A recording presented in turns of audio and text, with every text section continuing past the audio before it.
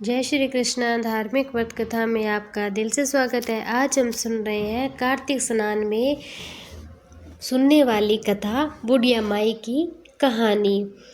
कार्तिक स्नान। एक बुढ़िया माई थी जो चतुर्मास में पुष्कर स्नान किया करती। उसके एक बेटा और बहू थे। सास ने बहू को फलाहार उपवास में खाने योग्य बनाने को कहा तो बहू ने खाली टिफिन ही रख दिया था। बेटा माँ को पहुँचाने के लिए पुष्कर गया।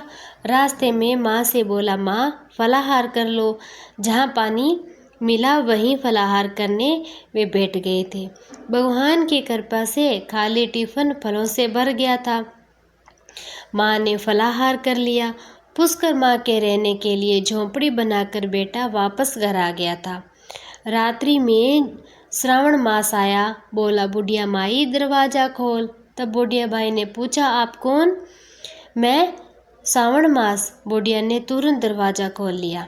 बुढ़िया माई ने शिव और माता पार्वती की पूजा अर्चना बेल पत्र से अभिषेक किया। जाते समय श्रावण मास ने बुढ़िया माई को आशीर्वाद दिया कि झोंपड़ी की एक दीवार सोने की हो गई। अब भाद्र मास आया। उसने भी दरवाज़ा खोलने को कहा। बुढ़िया माई ने दरवाज़ा खोला और सेतु बनाकर कजरी तेज बनाई। भाद्रपद ने भी बुढ़िया माई को आशीर्वाद दिया। झोंपड़ी की दूसरी दीवार भी सोने की हो गई। फिर अश्विन मास आया। अश्विन माँ ने कहा, बुढ़िया माई दरवाज़ा खोल। तब बुढ़िया माई ने कहा, कौन हो भाई? तब अश्विन ने कहा, मैं अश्विन हूँ। तब बुढ़िया माई ने दरवाज़ा खोल दिया। पितरों का तर्पण कर ब्राह्मण भोज कर श्राद्ध किया। नवरात्रि में महादुर्गा को अखंड ज्योति जलाकर प्रसन्न किया। सत्य की विजय दिवस के रूप में बुराई का अंत की खुशी में दशहरा भी मनाया। फिर अश्विन मास ने जाते समय प्रसन्न होकर तीसरी दीवार की बहुमूल्य रत्नों से जड़ित कर दी और बुढ़िया माई को सदैव प्रसन्न रहने का आशीर्वाद दिया। इन सब के बाद कार्तिक मास आया। उसने भी दरवाज़ा खोलने को कहा। कार्तिक मास आया। कार्तिक मास बोला, बुढ़िया माई दरवाज़ा खोल। बुढ़िया माई ने कहा, भाई कौन? तब कार्तिक मास बोला कि मैं कार्तिक मास हूँ। तब बुढ़िया ने दरवाज़ा खोला। अति प्रसन्न मन से कार्तिक स्नान किया। दीप दान कर दिवाली, गोवर्धन पूजा, भाई दूज, गो अष्टमी, आंवला नवमी मनाई और कार्तिक मास ने जाते समय आशीर्वाद दिया। झोंपड़ी के स्थान पर महल बन गया था। अब बुढ़िया माई गरीबों की सेवा कर भजन कीर्तन में अपना समय बिताने लगी। बेटा अपनी माँ को लेने आया तो माँ और झोंपड़ी को पहचान न सका। तो बुढ़िया ने पूछा।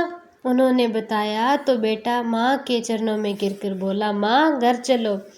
सारे सामान के साथ वे घर ले आया। सासू माँ के ठाट बाट देखकर बहू के मन में लालच आ गया। उसने अपनी माँ को भी पुष्कर छोड़कर आने को कहा। उसका पति अपनी सास को पुष्कर छोड़ाया, परंतु बहू की माँ धर्म कर्म में बिल्कुल भी रुचि नहीं थी। वह 4 समय भोजन करती, फिर भर सोती। 4 मास आए और चले भी जाते। समय झोंपड़ी गिर गई और बहू की माँ गधी की योनि में चली गई, क्योंकि औरत लक्ष्मी का रूप होती है। लक्ष्मी की तरह चंचल होना चाहिए। भगवान की पूजा, अतिथि का सम्मान, दान पुण्य करना चाहिए। बहू ने कहा, अब माँ को ले आओ। जब जवाई सास को लेने गया तो कहीं न मिली। लोगों से पूछने लगा। लोगों ने बताया, तेरी सास धर्म कर्म तो कुछ जानती नहीं थी, सोती ही रहती थी, जिससे वह गधी योनि में चली गई। जवाई गधी योनि सास को बांधकर घर ले आया। उसकी पत्नी ने पूछा, मेरी माँ कहाँ है? तब पति ने कहा, तेरे लालच की वजह से आज तेरी माँ गधी की योनि में आ गई है।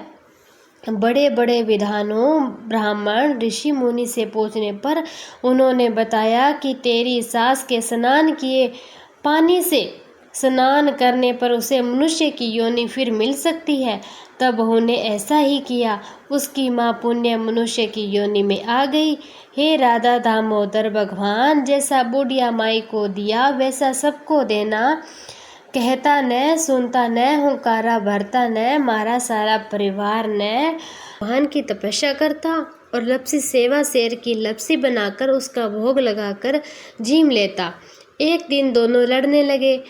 लपसी बोला मैं बड़ा, तपसी बोला मैं बड़ा। इतने में नारद मुनि आए, बोले तुम क्यों लड़ रहे हो? तब लपसी ने कहा मैं बड़ा। तपसी ने कहा मैं बड़ा हूँ।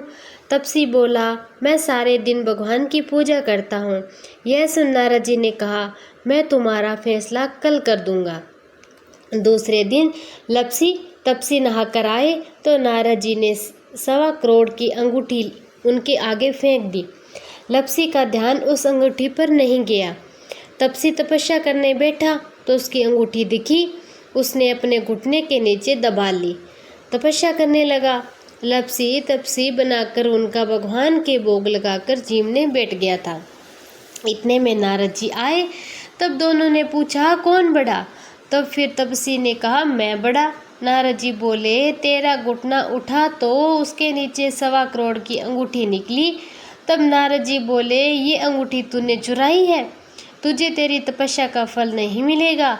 तब तपसी बोला नारद मुनि मेरी तपस्या का दोष कैसे दूर होगा? नारद जी ने कहा रोटी बनाकर बाटिया नहीं बनाया तो फल तुझे होगा। ब्राह्मण जिमा कर दक्षिणा नहीं दे तो फल तुझे होगा। साड़ी दे के ब्लाउज नहीं दिया तो फल तुझे होगा। दिया से दिया जलावे तो फल तुझे मिलेगा। सब प्रकार त्योहार की कहानी सुनने के बाद तेरी कहानी नहीं सुने तो फल तुझे मिलेगा।